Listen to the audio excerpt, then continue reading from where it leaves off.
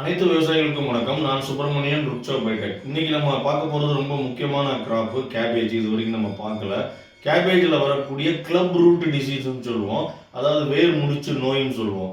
இது வந்துச்சுனாக்க அந்த மண்ணுக்கு மேலே பார்த்தீங்கன்னாக்க இலைகள் எல்லாமே முதல்ல வாட ஆரம்பிக்கும். தண்ணி அதிகமாக தேங்கி நின்னாலுமே வெயில் அதிகமாக வரப்போ ரொம்ப அதிகமாக வாடும், மஞ்சள் கலரில் மாறும். அதுக்கப்புறம் பார்த்தீங்கன்னாக்கா அந்த செடியோட வளர்ச்சி ரொம்ப குன்றி போகும். இங்கேயும் அங்கேயுமா பார்த்தீங்கன்னா திப்பியாக அங்கங்கே செடி உட்காந்து போயிடும், வளர்ச்சி இருக்காது. அந்த மண்ணுக்கு கீழே பார்த்தீங்கன்னாக்கா வேரில் முக்கியமாக முடிச்சா நல்லா உப்பி போய் கிளப் ரூட்டுன்னு சொல்லுவோம், அது நல்லா உப்பி போய் இருக்கும். அந்த வேரெல்லாம் பார்த்தீங்கன்னா சில சமயம் கிழிஞ்சு போயிடும், டிஸ்டார்ஷன் ஆயிரும். ஸோ இதனாலே பார்த்தீங்கன்னாக்க சத்துக்கள் எடுக்கிறது ரொம்ப ரொம்ப கஷ்டமாக இருக்கும். அந்த செடிக்கு போக போக என்ன ஆகும்னாக்க அந்த வேர் அழுக ஆரம்பிக்கும், ஒரு மாதிரி துர்நாற்றம் அடிக்கும். அதுவே செகண்டரி இன்ஃபெக்ஷனான சாஃப்ட் ராட் அப்படின்னு சொல்லுவோம், ஒரு விதமான அழுகல். அதுக்கு அது முன் உதாரணமாக இருக்கும். ஸோ இதுதான் அறிகுறிகள்.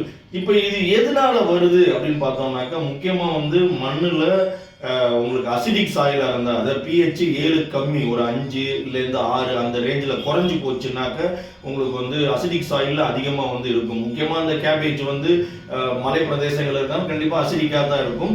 அப்போ இது அதிகமாக பரவுதல் இருக்கும். அதுக்கப்புறம் பார்த்தீங்கன்னாக்க இது விதைகள் மூலிமா பரவுது, காற்று மூலியமாகவும் பரவுது. முக்கியமாக இந்த எக்யூப்மெண்ட்ஸ் மூலியமா பரவுது. நம்ம உள்ள யூஸ் பண்ணுற டிராக்டர், ஒரு சில மெஷினரிஸ் எல்லாம் யூஸ் பண்ணுறோம் பார்த்தீங்களா, அது மூலியமாகவும் பரவுது. அப்புறம் பக்கத்தில் இருக்க கலைகள் மூலியமாகவும் அது வருது.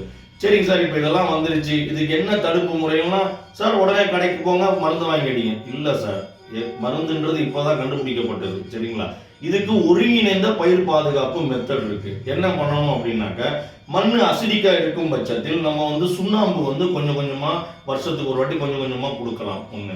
ரெண்டாவது, ஒரே மாதிரியான இந்த குடும்பத்தை சார்ந்த பயிர்களை நம்ம தவிர்த்துட்டு கிராப் ரொட்டேஷன், பயிர் சுழற்சி பண்ணலாம்.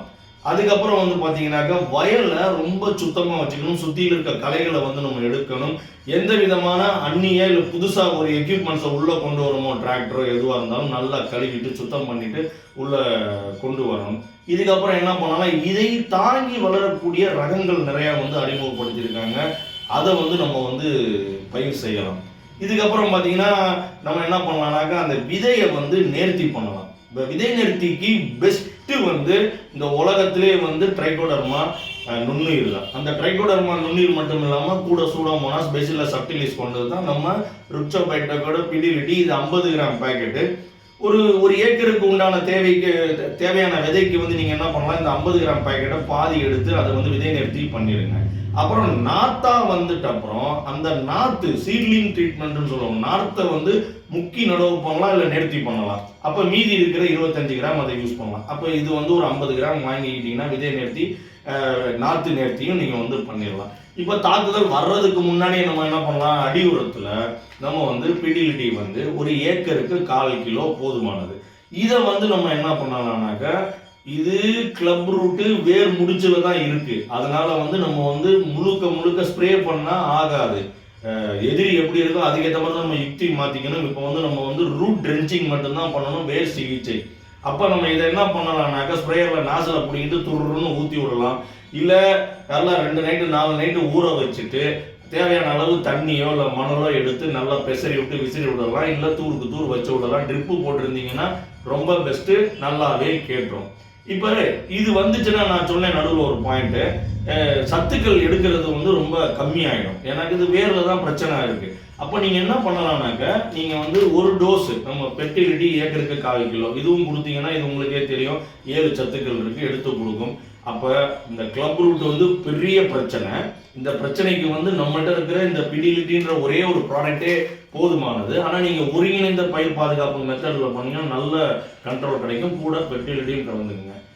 ஸோ அனைத்து விதமான முட்டைக்கோஸ் விவசாயிகள் அனைவரும் பிடிலிட்டி மற்றும் பெர்டிலிட்டியை பயன்படுத்தி லாபம் அடையுமாறு அன்புடன் கேட்டுக்கொள்கிறேன். நன்றி, வணக்கம், தேங்க்யூ, பாய்.